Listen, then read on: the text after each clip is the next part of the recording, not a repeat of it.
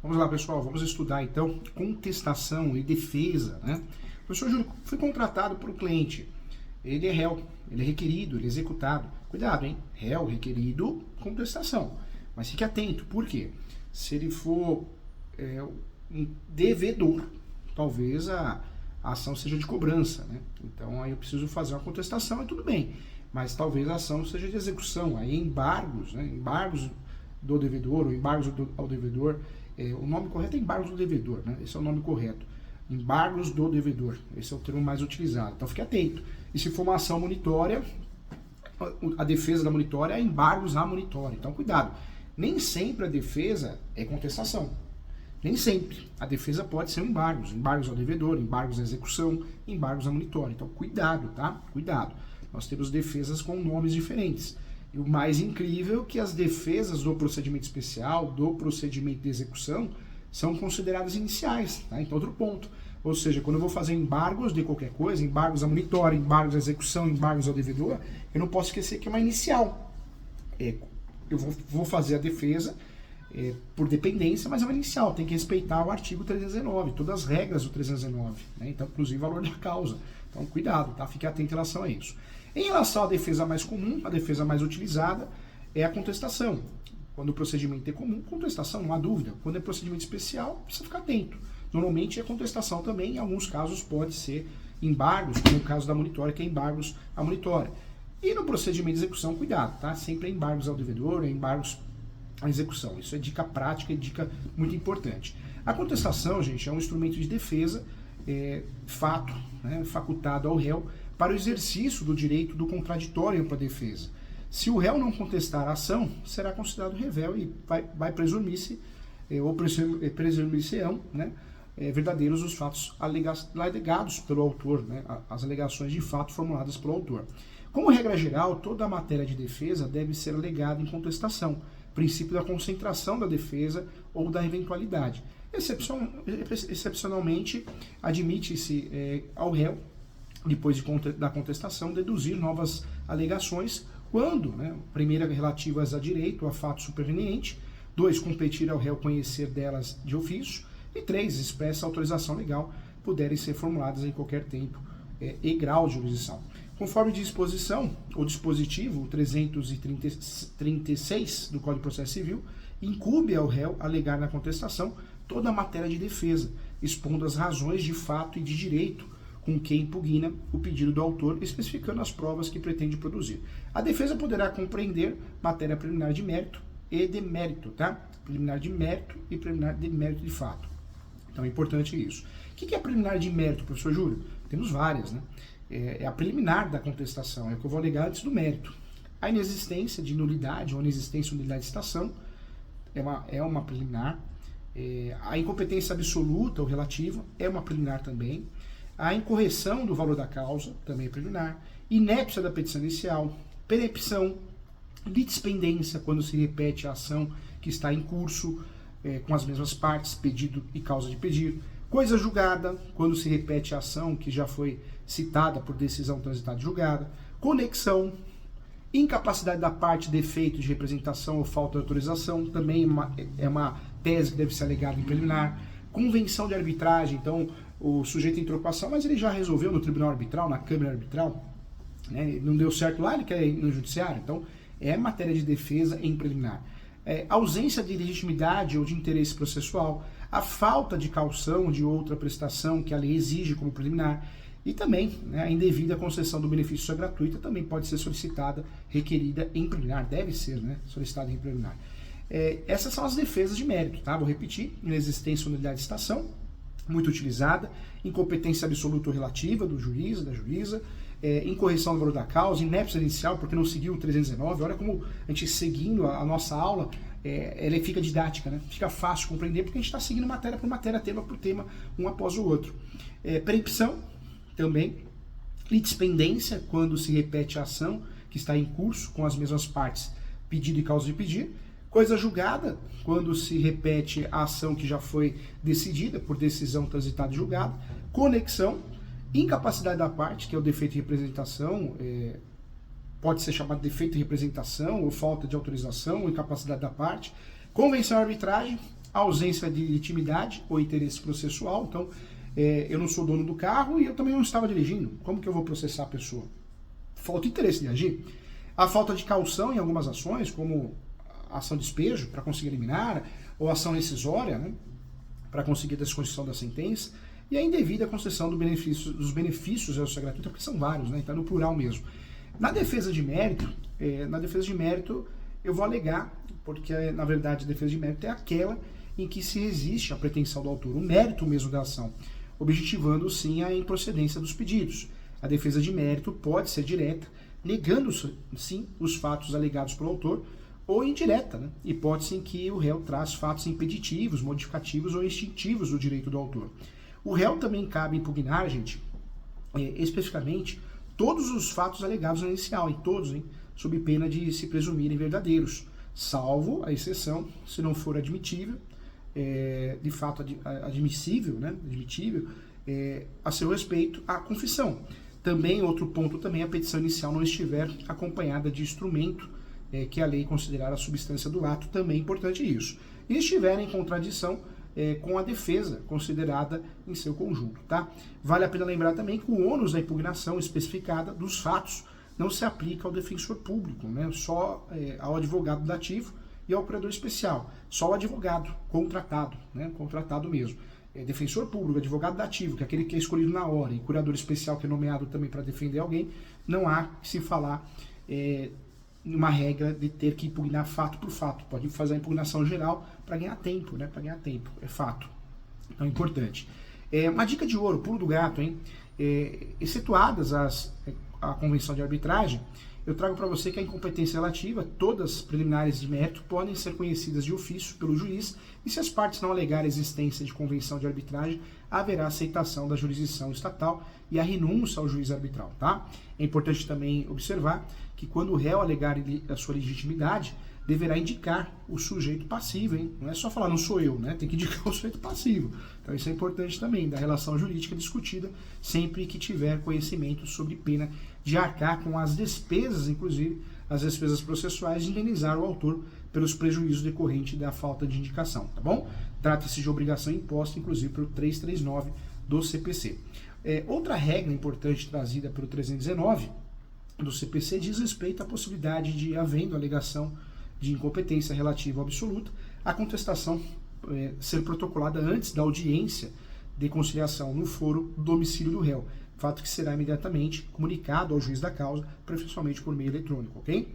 Nesse contexto, gente, o que eu trago para você? A contestação será submetida à livre distribuição ou, né, se o réu houver sido citado por meio de carta precatória, juntada assim aos autos dessa carta, seguindo sua imediata remessa para o juiz da causa. Reconhecida a competência do foro indicado pelo réu, o juiz para o qual for distribuída também a contestação ou a carta precatória será considerado prevento, tá? Uma regra importante que muita gente esquece. Isso é importante, hein?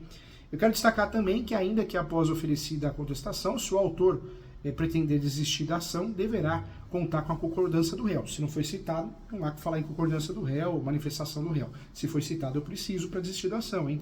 Por outro lado, se o pedido de desistência for, então, a apresentação da contestação, antes da contestação, o processo será extinto sem resolução do mérito, não há que se falar em nem custas, tá? Independente de concordância do réu, isso é o 485 que esclarece. O prazo para apresentação da contestação, cuidado, hein? Tem 3. Em regra, a partir da audiência de conciliação não frutífera, não saiu acordo, se saiu acordo, acaba o processo. Começa a contar no dia seguinte. Da citação, quando for juntado o mandado judicial de citação, ou a carta, o AR, a partir da publicação, e a terceira situação, quando realmente, de fato, né, houve a diligência do oficial de justiça também juntada, né? Então, fique atento em relação a isso, tá? Nós temos esses prazos. A contestação deverá ser apresentada em 15 dias, tá? Lembrando que na contestação eu vou discutir os fatos preliminares, mas eu vou discutir também o mérito. Na contestação, eu posso discutir o que também? Prescrição na contestação, prescrição e decadência, né? Então é outro tema que merece atenção especial. Posso discutir sim prescrição e decadência. Existe até o tema a prescrição intercorrente, quando o processo fica abandonado. Isso também é importante levar em consideração. Então vale a pena sempre a gente lembrar que a prescrição e decadência poderá ser alegada também isso na contestação. Quando nós falamos de prescrição de decadência, gente, temos que estudar isso também, objeto de prova, objeto de prática, muita confusão. Quando nós vamos estudar prescrição e decadência, eu trago alguns conceitos e alguns prazos importantes. A prescrição e a decadência são, de fato, institutos do direito material, positivados entre os artigos 189 e 211, mas do Código Civil. Cuidado, não é no Código de Processo Civil, não, do Código Civil. Para entendermos melhor o assunto, o que é importante a gente fazer, gente? Isso é fundamental também. É importante relembrarmos os conceitos de prescrição e decadência. E assim teremos a clara diferença entre um e o outro, né? Entre os dois institutos, entendendo a aplicação e as mudanças da prescrição intercorrente do Código de Processo Civil atual. Então vamos lá. Qual a grande diferença entre prescrição e decadência no direito civil que isso vai impactar no processo civil? A prescrição e a decadência são institutos de direito material, positivados no artigo, né, entre os artigos 18 até o 211 do Código Civil. A concepção de prescrição, gente, surge no direito pretoriano, uma vez que o magistrado vai proporcionar às partes estipuladas ações capazes de contornar a rigidez dos princípios jus civile naquela época. E a prescrição surge assim. Mais recentemente, a prescrição, de acordo com o Código de Clovis-Bevilacqua, é a perda do direito de ação, é a perda da ação atribuída a um direito e de toda a sua capacidade defensiva por causa ao não uso delas em um determinado espaço de tempo. Em outras palavras, trata-se da perda da pretensão de um direito subjetivo, ou seja, a perda do direito de ação. Assim, o que extingue é a pretensão e não o direito em si, ok? A decadência, gente, para a gente entender bem, é a perda efetiva de um direito que não foi requerido no prazo. A prescrição ela sucede somente de estruturação legal, já que a decadência sucede de lei, né, do testamento, do contrato. Outra conceituação bem didática importante é que eu falo no livro, o Direito Civil, Manual Doutrinário e Jurisprudencial. Eu trago no livro, conceituo, acho que fica bem didático, você vai gostar. Eu esclareço que a prescrição é a extinção da pretensão da prestação devida, o direito em que continua existindo na relação jurídica de direito material, em função de um descumprimento que gerou a ação. Já a decadência se refere à perda efetiva de um direito pelo seu não exercício no prazo legal. A pergunta que não quer calar, professor Júlio, quando ocorre a prescrição? A prescrição é a perda da pretensão, artigo 189 do Código Civil, da reparação do direito violado, por inércia do titular do direito no prazo. São três requisitos para que haja prescrição: a violação do direito, primeiro, com o nascimento da pretensão, a inércia do titular e o decurso do tempo fixado em lei. Acho que fica bem didático assim, então fica bem claro dessa forma. O início da contagem de tempo da prescrição também é importante, hein? Para fins de esclarecimento, o artigo 189 do atual Código Civil definiu o momento inicial da prescrição. De acordo com este, pode-se dizer que com a violação do direito ou com a ocorrência da lesão, a partir daí sucede o ocorrer o fato do início, né, da contagem do prazo prescricional. Quanto ao início do prazo prescricional, em se tratando de ação indenizatória por reparação de danos, o Código Civil, o artigo 1916, o novo Código, traz duas possibilidades, tá? Em 1916. A primeira é, na situação, na possibilidade de se contar o início do prazo prescricional a partir da data do fato, isto é, da lesão, né, que prejudicava o titular do direito violado, pois o prazo para a prescrição seria desfavorável na medida que teria ter conhecimento imediato do fato para usufruir de todo o prazo legal sob pena de perda de pretensão e reparação de danos, tá? Ponto importante.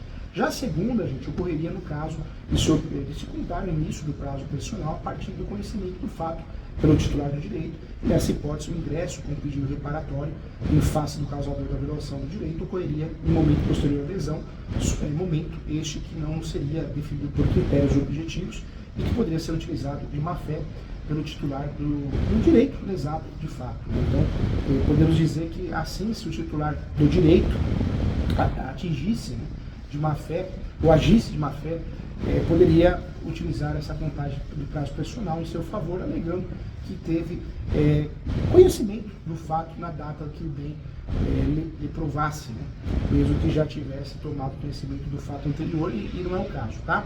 Nós temos algumas situações importantes, algumas causas que impedem, interrompem, suspendem a prescrição. No artigo 197 até o 202 do Código Civil, nós temos situações. Esses artigos estabelecem os prazos prescricionais e não podem ser alterados por acordo das partes. Existe aqui um ponto diferenciador entre relação de decadência, que pode ter origem convencional, e ainda, nos mesmos artigos, o impedimento, suspensão, interrupção, que podem ser entendidos como situações atípicas. Mas vamos lá, vamos entender isso de fato de forma bem didática. Impedimento. O prazo prescricional sequer iniciou, envolvendo situações entre pessoas. Suspensão. O prazo prescricional iniciou e ao tornar a correr o prazo, leva-se em conta o período anterior, transcorrido, envolvendo situações entre partes. Já a interrupção, o prazo prescricional iniciou e ao tornar a correr, começa-se a contar do zero. Está relacionada a atos do credor e devedor à interrupção. Isso é muito comum. Em relação às causas impeditivas, por exemplo, no caso dos cônjuges, na constância do matrimônio, nem entre tutelado e curatelado, tutela e curatela, não haverá também prescrição contra os absolutamente incapazes, também é fato, e nesse caso só terá início após, de fato, o prazo após a concessão da incapacidade absoluta, tá? No Brasil, não ocorrerá prescrição para os que estiverem a serviço público da União, dos estados e municípios, também estarão fora do Brasil, e contra os que estiverem incorporados às Forças Armadas em tempo de guerra. Não há prescrição nem aquisitiva, caso de uso capião, tem a negativa e tem a aquisitiva, a positiva. Então não tem, pois considerando que estes estão ocupados com o negócio do país, não poderão ter aí a prescrição dos seus direitos. Então, ponto importante. De acordo com o artigo 199, não ocorre prescrição também, pendendo a condição suspensiva, não estando vencido o prazo ou também pendendo a ação de evicção. Também outro ponto importante. Já no artigo 200 do Código também, vale a pena lembrar que estabelece que não ocorrerá prescrição antes da respectiva sentença definitiva, quando a ação originar de fato que deva ser apurado no juízo criminal. Agora o artigo 201, que estabelece que é suspensa a prescrição em favor de um dos credores solidários, caso a obrigação seja invisível. Eu trago também pelo menos seis casos interruptivos da prescrição. 6 casos interruptivos da prescrição. Isso aparece no 202, o despacho do juiz, mesmo incompetente, que ordenar a citação, se o interessado a promover no prazo e na forma da lei processual, por protesto nas condições do inciso antecedente, e também por protesto cambial. Outros motivos também interruptivos da prescrição, eu diria que é a apresentação do título de crédito em juízo do inventário ou concurso de credores também. E também ocorre também interrupção, casos interruptivos, por qualquer ato judicial que constitui imóvel devedor. E não podemos esquecer também por qualquer ato inequívoco, ainda que extrajudicial, que importe o reconhecimento do direito pelo devedor, tá bom? Não dá para falar sobre esse assunto sem falar da prescrição intercorrente. Em breves palavras, mais aprofundando o assunto no que cabe, vale a pena entender que a prescrição intercorrente é a perda do direito de exigir um direito pela ausência da ação humana, da ação durante determinado tempo, no curso de um procedimento. A finalidade da prescrição intercorrente é acabar com o direito, um direito largado, esquecido. Possui uma finalidade com o princípio, uma conexão com o princípio da duração razoável do processo, elaborado no artigo 5º. Então, importante. A melhor compreensão sobre prescrição intercorrente no direito civil é conhecida nos dias atuais como, de fato, uma interrupção do direito por falta de uso. Fica o processo arquivado, então vou aplicar a prescrição intercorrente. No ano de 1963, o Supremo Tribunal Federal editou o enunciado na época, o 150 de sua súmula, que prescreve a execução no mesmo prazo da prescrição da ação. Então, foi uma ideia que poderia ser a prescrição intercorrente. No novo CPC, no atual CPC, se mantém omisso quando a possibilidade da prescrição intercorrente no curso de um processo de conhecimento e mesmo assim constou clara de forma explícita a hipótese da sua aplicação na parte que dispõe da suspensão e extinção do executado. Tá? Uma pergunta também muito comum: quando ocorre a decadência, professor Júlio? Diferentemente da prescrição, a decadência ela ocorre cujo transcurso do tempo temporal, do lapso temporal, extinguirá a pretensão do titular que teve seu direito violado na decadência e, se ultrapassado o prazo legalmente previsto, ocorre a própria extinção do direito. A decadência, gente, ela subdivide normalmente em duas modalidades, tá? A legal e a convencional. Então, prescrição, não, mas decadência, sim. Duas modalidades, legal e convencional. A legal ocorre quando existe previsão em lei e a convencional possui natureza de ordem privada, tendo origem no consenso das partes no negócio jurídico. Eu trago para você aqui um conceito, uma conclusão, ou seja, na decadência, por se tratar de direitos potestativos ou personalíssimos, não há necessariamente um direito violado do titular da ação. Não há que se falar numa pretensão. Refere-se unicamente ao decurso do prazo pelo sujeito em determinado tempo que dá abertura à extinção do direito. Tá?